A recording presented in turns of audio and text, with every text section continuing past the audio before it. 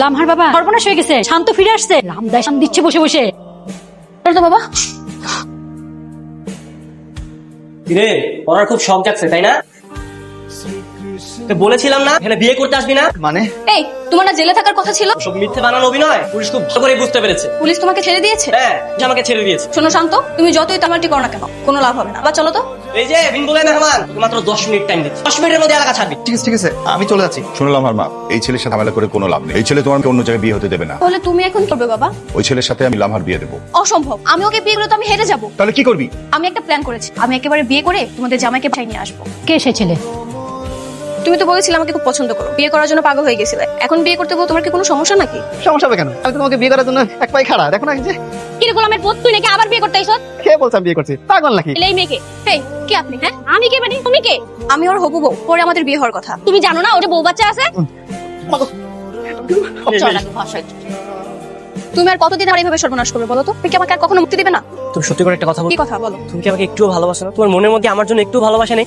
না নেই, আমি তোমাকে ভালোবাসি না। মুক্তি দিলে কি তুমি খুশি? হ্যাঁ, খুশি হব। আজকের পর থেকে আমি আর তোমার পেছনে ঘুরবো না। সারা জীবনের জন্য তোমার থেকে আমি সরে যাচ্ছি। তুমি আজকে থেকে মুক্ত। ওসমান ভাই, সালাম আলাইকুম। কি অবস্থা আপনার? একটা কথা শুনলাম আপনার মেয়ে নাকি পালিয়ে গিয়ে আবার ফিরে এসেছে। কার কাছে শুনেছেন? ভাই বলা বলি করছে। মিথ্যে কথা। মিথ্যে কথা কেন বলবে? লামা, জি বাবা। এলাকায় তো আর কার উপায় নাই, পর মুখে মুখে পালিয়ে যাবার ঘটনা। শোন মা, তুই শান্তের সাথে কিছু ঠিক করে নি। ঠিক আছে বাবা, আমি ওর সাথে কথা বলে দেখবো। কেন এসেছো বলো? আমি আমাদের সম্পর্কটা আবার উপরে জোড়া লাগাতে এসেছি।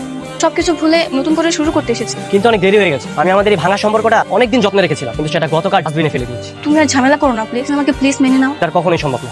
শান্ত, শান্ত প্লিজ আমার কথাটা শোনো। শান্ত, বাবা! এই দেখো, লামহা এসেছে আমাদের সম্পর্ক ঠিক করার জন্য। আসবেই তো, তুই আমার ছেলে কে অবহেলা করে এমন ক্ষমতা কারো আছে নাকি? বাবা, তোকে বিয়ে করতে পারবো না। কোনো দরকার নেই।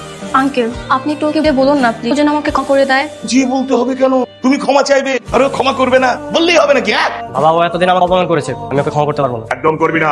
তুই আমার ছেলে, তুই এত সহজে ক্ষমা কেন করবি? কিন্তু বাবা, আমি যে শান্তকে বিয়ে করতে চাই। কি বললে মা? তুমি আমাকে বাবা বলে ডাকলে? অবশ্যই থাকবে, কিন্তু বাবা, আমি কোনো আপত্তি না। তুই দেখছিস না মেয়েটা কি সুন্দর করে আমাকে বাবা বলে ডেকেছে। তুই বিয়ের জন্য রেডি হয়ে যা, থ্যাংক ইউ বাবা। কাজী টাকার ব্যবস্থা করি। তুমি কি আমার উপর এখনো রাগ করে আছো? আচ্ছা সত্যি করে একটা কথা বলো তো, আমি ফিরে আসাতে তুমি কি খুশি হওনি? খুশি হয়েছি। সত্যি বলতে আমি এতক্ষণ নাটক করছিলাম। তুমি আমাকে যতবার রিজেক্ট করেছো সেই ফিলটা দেওয়ার জন্য তখন আমি অ্যাক্টিং করেছি। আর কখনো রিজেক্ট করবে?